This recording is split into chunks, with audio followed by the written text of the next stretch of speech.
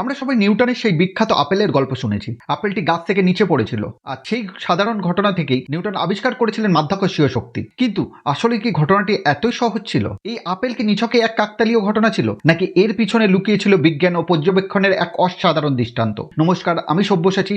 চলুন আজ আমরা নিউটনের আপেল রহস্য উন্মোচন করি। গল্পটা এমন যে একদিন নিউটন তার বাগানে বসেছিলেন, আর হঠাৎ একটি আপেল নিচে পড়ে। কিন্তু এই সাধারণ ঘটনা অন্যদের মতো তাকে অবাক করেনি, বরং তাকে এক গুরুত্বপূর্ণ প্রশ্নের সামনে দাঁড় করিয়েছিল। কেন আপেলটি নিচে পড়লো? কেন এটি পাশে বা আড়াআড়ি ভাবে উড়ে গেল না? এই একই শক্তি কি চাঁদকে পৃথিবীর চারপাশে ঘুরতে বাধ্য করে?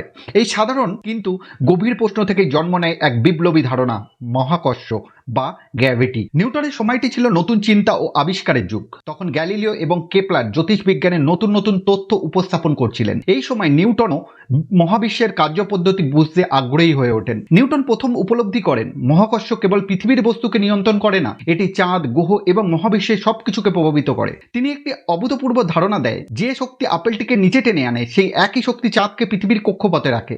এই যুগান্তকারী ধারণাই আধুনিক পদার্থবিদ্যার ভিত্তি গড়ে দেয়। নিউটন তার গবেষণার মাধ্যমে মহাকাশের সর্বজনীন সূত্র তৈরি করেন, যা বলে প্রত্যেক বস্তুর মধ্যে আকর্ষণ শক্তি থাকে, আর এই আকর্ষণ শক্তি বস্তুগুলির ভর এবং তাদের মধ্যে দূরত্বের উপর নির্ভর করে। আর এই সূত্রের মাধ্যমেই বোঝা যায় পৃথিবী মানুষকে আকর্ষণ করে, তাই আমরা ভূপৃষ্ঠে থাকি। চাঁদ ও অন্যান্য গ্রহ সূর্যের কক্ষপথে ঘোরে, কারণ সূর্যের মহাকর্ষ তাদের আকর্ষণ করে। নিউটনের তথ্য শুধু তথ্যের মধ্যেই সীমাবদ্ধ থাকেনি, এটি বিজ্ঞানের বহু নতুন ক্ষেত্র উন্মোচন করেছে। কৃত্রিম উপগ্রহগুলি পৃথিবীর কক্ষপথে থাকে নিউটনের মহাকর্ষ তথ্যেরই কারণে। বিজ্ঞানীরা ব্ল্যাক হোলের আচরণ বোঝার জন্য নিউটনের তথ্য ব্যবহার করেন। নিউটনের তথ্যের উপর ভিত্তি করেই আইনস্টাইন তার সাধারণ আপেক্ষিকতা তথ্য তৈরি করেন। বিজ্ঞানের সবচেয়ে বড় আবিষ্কারগুলির পিছনে থাকে সাধারণ কৌতূহল। আমাদের চারপাশে ছোট ছোট ঘটনা পর্যবেক্ষণ করলেই বড় বড় আবিষ্কার সম্ভব। মহাকর্ষ শুধু একটি শক্তি নয়, এটি মহাবিশ্বের মৌলিক কাঠামোর অংশ। আপনার কি মনে হয়, আপনার জীবনে কোনো সময় সাধারণ ঘটনা কি কখনো আপনাকে গভীরভাবে ভাবতে বাধ্য করেছে? কমেন্টে জানান। আর বিজ্ঞানের আরও অবিশ্বাস্য গল্প জানতে আমাদের সাথে থাকুন।